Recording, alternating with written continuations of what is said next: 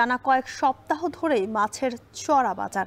সপ্তাহের ব্যবধানে সব ধরনের মাছের দাম বেড়েছে কেজিতে 20 থেকে 50 টাকা। দেশীয় প্রজাতির মাছের পাশাপাশি দাম বেড়েছে চাষের মাছেরও। মেহেরপুরের মৎস্য আড়ত থেকে মাছের দরদাম জানাতে যুক্ত হচ্ছেন মুজাহিদ আল মুন্না। মুন্না, মাছের দরদাম সম্পর্কে আমাদের বিস্তারিত জানাবেন।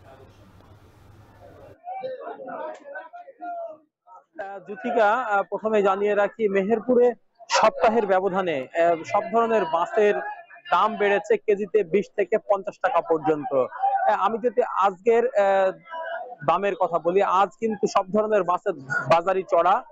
আমি আজ কয়েকটা মাছের আড়ত ঘুরেছি এবং আড়তদারদের সাথে কথা বলেছি। তারা আমাকে জানিয়েছে মাছের আমদানি কিন্তু তুলনামূলক কম, সরবরাহ তুলনামূলক কম, যার ফলেই কিন্তু মাছ দাম বেশি।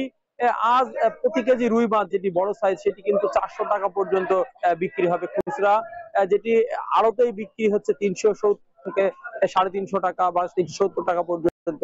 এছাড়াও মাঝারি সাইজের যে রুই মাছটি সেটিও কিন্তু 280 টাকা করে বিক্রি হচ্ছে। অর্থাৎ একেবারে ছোট যে রুই মাছটি সেটি গত সপ্তাহেও কিন্তু আড়তে বিক্রি হয়েছে 160 টাকা করে, সেটি কিন্তু আজ 200 টাকা পর্যন্ত বিক্রি হচ্ছে।